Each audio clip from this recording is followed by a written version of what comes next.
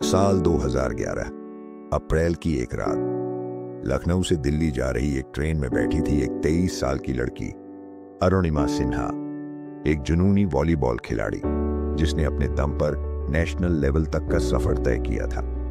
सपना था देश के लिए खेलने का, लेकिन उस रात उसकी जिंदगी ने ऐसी करवट ली जिसकी किसी ने कल्पना भी नहीं की थी। ट्रेन के डिब्बे में कुछ बदमाश चढ़े। उन्होंने उसका बैग, चेन, मोबाइल सब छीनने की कोशिश की, लेकिन अरुणिमा ने हार नहीं मानी, लड़ी, डट कर लड़ी।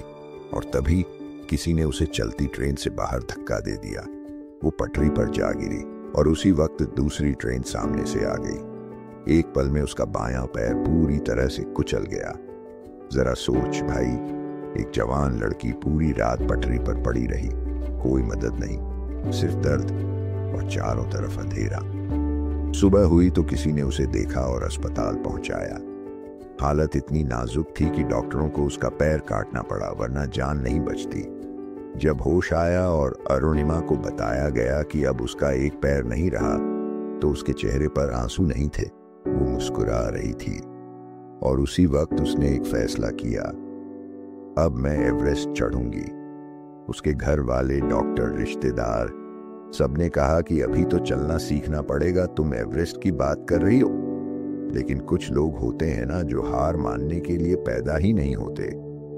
इलाज के बाद अरुणिमा सीधे पहुंची देश की पहली महिला एवरेस्ट विजेता बछेंद्री पाल के पास।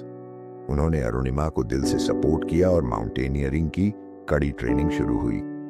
नए नकली पैर के साथ वो रोज घंटों पहाड़ चढ़ती गिरती घायल होती, लेकिन रुकी नहीं।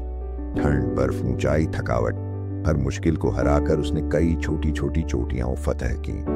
और जब वक्त आया एवरेस्ट चढ़ने का, तो वो तैयार थी। 2013 में मई की वो सुबह, जब 52 दिन की लगातार चढ़ाई के बाद ऑक्सीजन की कमी, जान का डर और हड्डियां तोड़ देने वाली सर्दी के बीच अरुणिमा सिन्हा 8,848 मीटर ऊंचाई पर खड़ी थी, दुनिया की सबसे ऊंची चोटी माउंट एवरेस्ट पर। उस दिन सिर्फ एक लड़की ने एवरेस्ट नहीं चढ़ा था, बल्कि हर उस इंसान की उम्मीदें जीती थीं जो सोचते हैं कि हमसे नहीं होगा। अरुणिमा ने फिर पीछे मुड़कर नहीं देखा।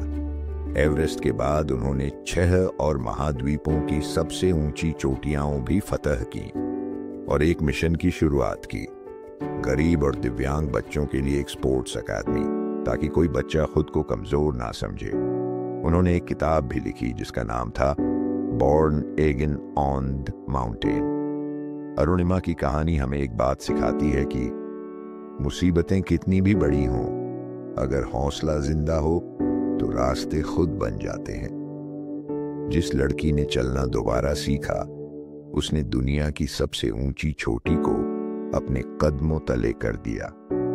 जिंदगी की जंग और एवरेस्ट की जीत, अरुणिमा सिन्हा की कहानी।